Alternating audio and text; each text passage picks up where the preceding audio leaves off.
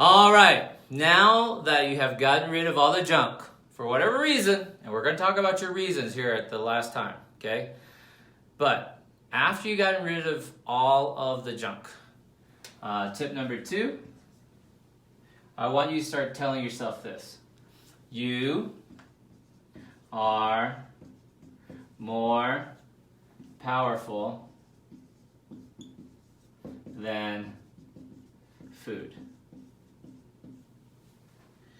This is really, really important, okay? And it's not psychobabble, and it's not new agey stuff that I'm telling you this. This comes from a lot of science, okay? If you believe that, imagine this, if every single day you have to eat 2-3 times a day, and you feel like you cannot make good food choices, or that you feel like you overeat, or that you're bearing your emotions, or you don't feel good about yourself, whatever the reason is, but you're doing that 2 or 3 times a day, and it's never a big thing. It's never like, we want to make it sound like obesity is this huge thing, and it's not. It's not like, it's not one big incident, okay? It's not one huge binge fest that got you fat. It is this little, every single day kind of feeling bad about yourself, or not paying attention, or being bored. Whatever it is that you did, it reinforced it, if that makes sense. It reinforced that belief. So then what happens is you've developed a false belief about yourself, about your relationship with food. Whatever that relationship is, it's false. I'm a chocoholic, I love salty foods, I love crunchy foods. I've heard it all. Trust me, I like greasy foods, I like fatty foods. I liked all foods. See, it's all a false belief, because you don't like all foods.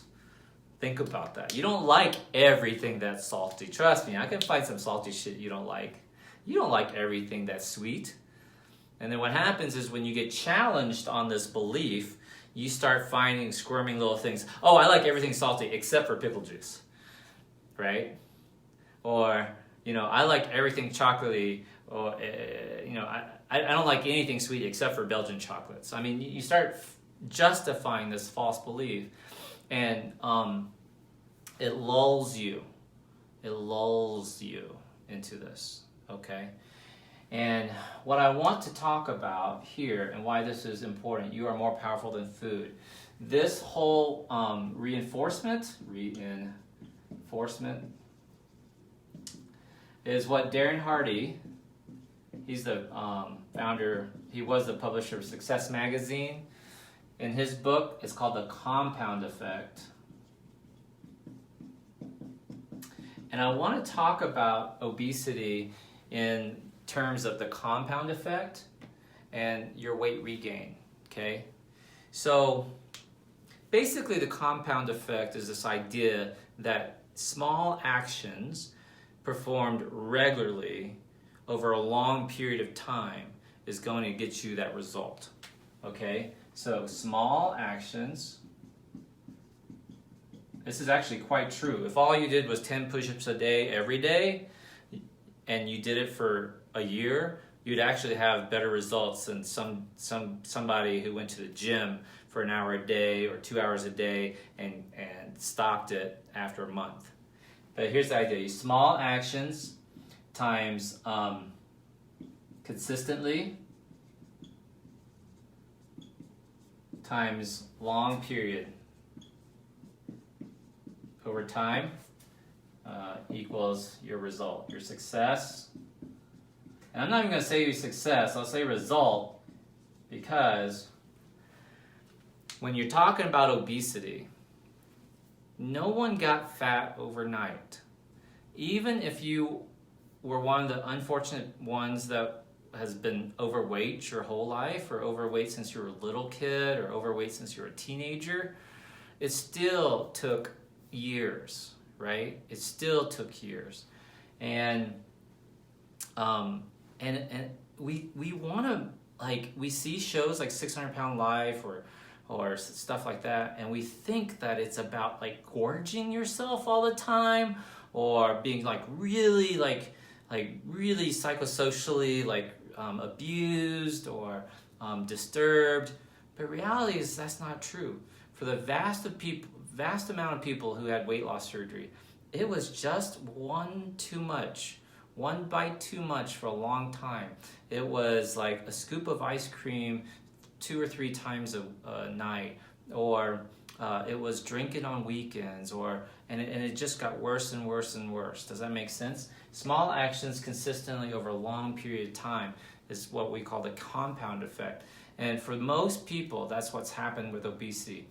Now, the reason why we're talking more about it is because these small actions are increasing in frequency. Yes? Because it used to be, ice cream treat was like one Sunday, or, every now and then. Now you can have ice cream sundaes every night if you want, anytime you want. And they're not small actions anymore, because it used to be a scoop of ice cream was this big. Now you get a scoop of ice cream is this big. A slice of pizza when I was a little kid was this big. Now a slice of pizza is this big. So these small actions are not small anymore, and they're not so small. Okay? And then we have it all the time. We have junk food around every corner. We have vending machines. We have Grubhub. We have Uber Eats. I was just snowed in on New Year's Day, and I didn't know how I was going to get food. Thank God I called. They have Uber Eats, and I was able to order food. But you can get food all the time, and there are no restaurants that don't close. There are fast food places that are open 24/7. So it's constantly, and you have to eat all the time. There's not, if you want to die, you'll stop eating, but we have to eat. So when it comes to obesity, this is like a terrible formula. It's like a perfect storm. You have to eat in order to stay alive, and things are getting consistently worse and worse. So now we're seeing a huge climb in obesity. It's really just that simple. But when you combine it with this false belief, here's what I want you to understand. You have some sort of incident that says, I'm stressed out, my boss was mean to me. I took a poll and I asked people, like, why do you think you regained the weight? I got all sorts of reasons, right? There were a lot of divorces. A lot of people got divorced, a lot of financial stuff, a lot of moms and dads dying and car wrecks and things like that. But there were also small stuff, like my boss was mean to me. My boyfriend broke up with me. My marriage broke up, all sorts of stuff. So what happens is you have this false belief, like you're a stress eater, you're an emotional eater. This is my favorite chocolate. Well, if you combine this is my favorite chocolate with a stressor that's around all the time, like you don't like going to your job, ta-da!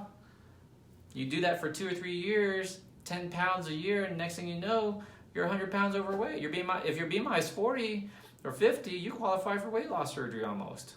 Almost. Okay? So, the compound effect. Okay? Now, let's put this in reverse.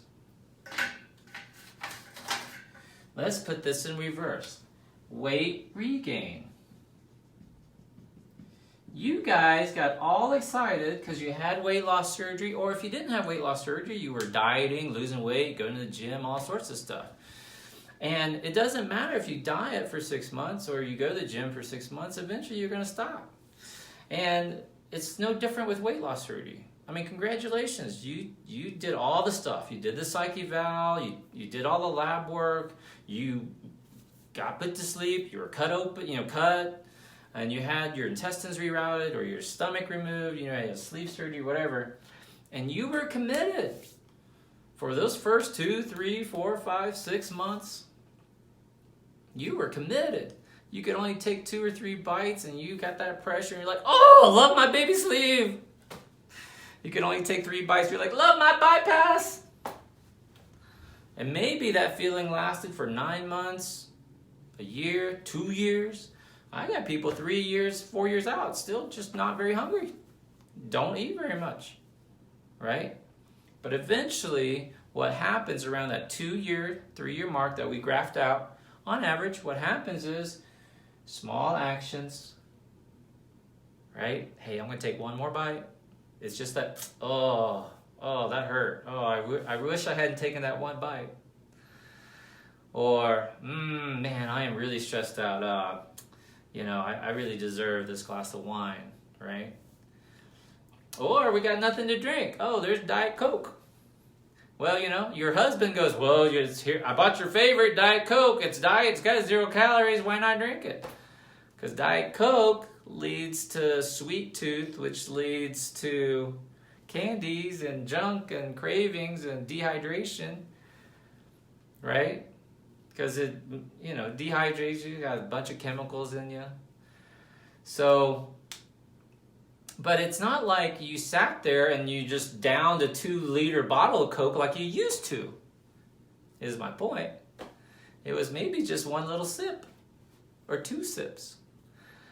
Now, the problem is you have to decide who you are, right? Like, I don't like sodas much. Like, I can drink 2 sips of soda and be good for 6 months and just never really have another soda. Now, you put me around fried chicken, shit, the whole bucket will be gone, right? But you have to know who you are. Now, I'm not a huge sweet eater, although if I keep eating sweets, I find myself eating more and more desserts. And at this point, I got to stop.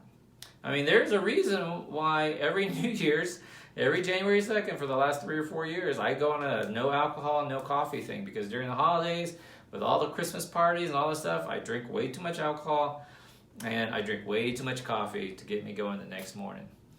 So I just know myself, right? So you have to know yourself. The first thing with this weight regain thing is you have to understand that your 20 pounds that you've gained didn't happen over one meal. Chances are it happened over 12 months. True? Comment below. What was your weight regain like? And what was your weight regain like? And you will see that you didn't wake up one day and suddenly you were 15 pounds regained. You have been snacking the whole time, all since the summer, right? You've been unhappy at work since Easter.